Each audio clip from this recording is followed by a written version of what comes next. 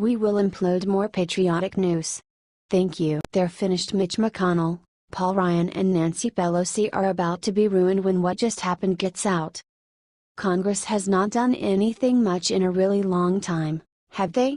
That's just one aspect of the swamp Trump promised to drain. And it's working. A new poll just came out that indicates that a majority of Americans think that Congress is a failure so far. That's right, 68% of us are disgusted with our representatives in Washington, D.C., and I hope they understand what that means. Because they are only there because we sent them there. And we can send them packing, too. I mean, just the other day, Senator McConnell actually whined that Trump had excessive expectations of Congress. Are you really serious, Mitch? Do your dang job. Watch Trump on Congress. This is a majority Republican Congress, yet even among only Republicans, 44% disapprove of Congress right now. Another 44% approve. Not too good, GOP Congress. 59% of the respondents disapprove of the Democrats in Congress. Listen, we need to help Trump drain the swamp.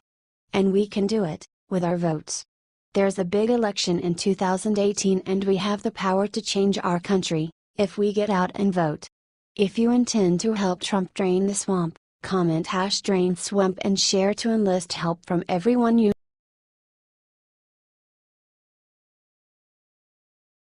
Killshot. President Trump just gave Mitch McConnell very bad news minutes ago.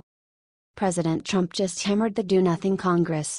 Republican Majority Leader Mitch McConnell attacked Trump this week and said that Trump had excessive expectations for Congress. Ha ha ha ha ha ha ha. Let's never let Sen. McConnell forget this line. This guy, right? What a frickin' joke. Here's what Trump said. Senator Mitch McConnell said I had excessive expectations, but I don't think so. After 7 years of hearing repeal and replace, why not done? Tweeted President Trump. The president was not through with Mitch McConnell, though. The president then tweeted out this Thursday that the U.S. Senate needs to get back to work. Trump is exposing these swamp monsters for the losers that they are. They don't know how to win. They don't know how to work. They need to be voted out of office. Share this if you are going to be voting for the removal of all the rhinos in Congress next year. It's time to start getting rid of these losers. They are a drain on the nation, so let's drain them out of the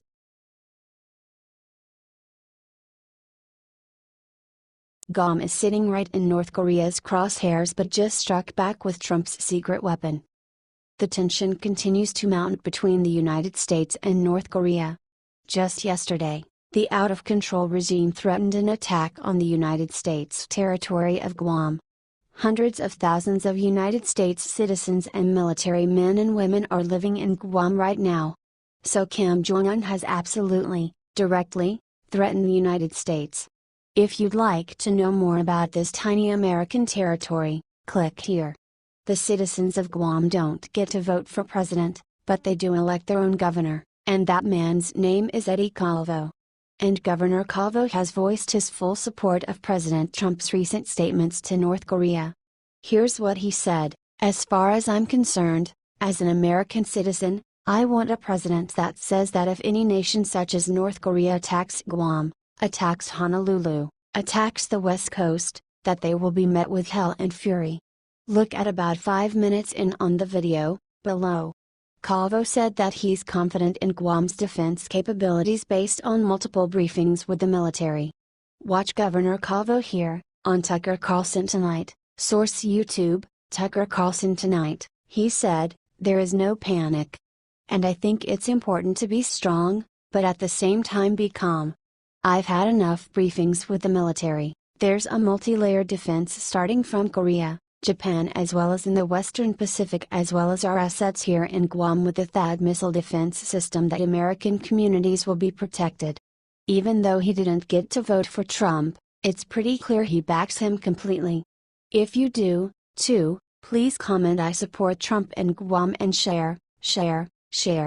H/T The Hill.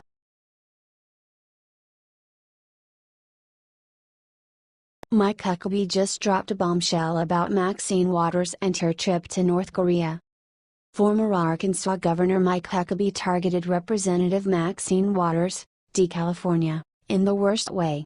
He mentioned the following about North Korean leader Kim Jong-un and Ms. Waters this past Thursday.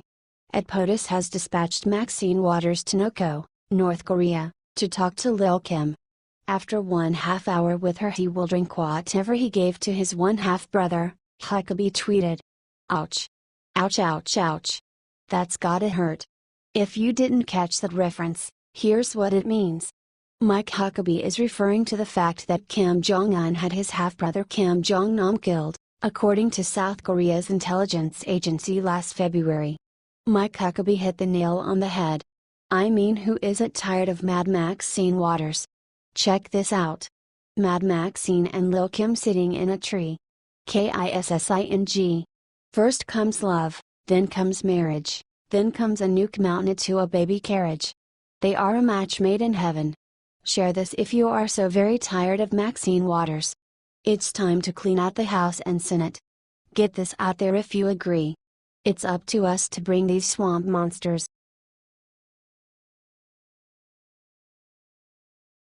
Right after threatening North Korea with fire and fury, Trump just did the unthinkable. You would think the world has gone insane ever since Donald Trump laid down the law with North Korea when he threatened them with fire, fury, and power.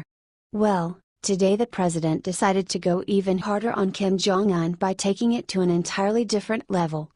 President Trump said that fire and fury was not tough enough for North Korea. Trump told the pack of rabid, scoop-seeking reporters, frankly, the people who were questioning that statement, was it too tough? Maybe it wasn't tough enough. They've been doing this to our country for a long time, for many years, and it's about time that somebody stuck up for the people of this country and for the people of other countries. So what is Trump gonna do? A lot of folks seem to think this may mean a preemptive strike is on the way. Be that as it may, the president made it very clear that he will not be giving up his attack plans like Obama famously did for ISIS. However, the president also sought to reassure the American people by declaring, the people of this country should be very comfortable, and I will tell you this, if North Korea does anything in terms of even thinking about attack of anybody that we love or we represent or our allies or us, they can be very, very nervous. Do you trust President Trump to handle this crisis? Is there any way to avoid a war at this point? Help share this out and let everyone know that, despite the media's claims, Trump does have a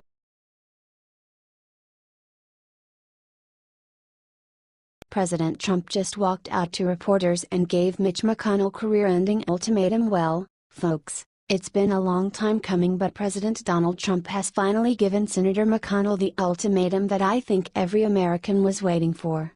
During a meeting with reporters at his NJ residence, Trump laid down the law thick by declaring unequivocally that Mitch McConnell has one more chance to get health care, taxes, and infrastructure done, or else Trump will have him replaced as Senate leader.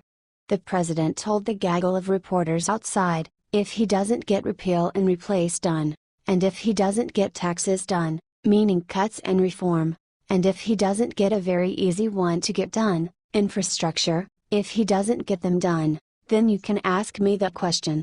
When the reporters pushed the president to explain what he meant by "ask me that question," he simply repeated the phrase. However, anyone with half a brain can tell a threat when they see one. The thing is, everyone agrees with the president here. McConnell has been a failure in the Senate to accomplish legislative goals. In fact, plenty of the Republicans have left us with Obamacare fully intact. So, if you all are thinking it's time to repeal and replace the current Republicans in the Senate, with new Republicans, help share this out everywhere and show 'em 2016 is coming.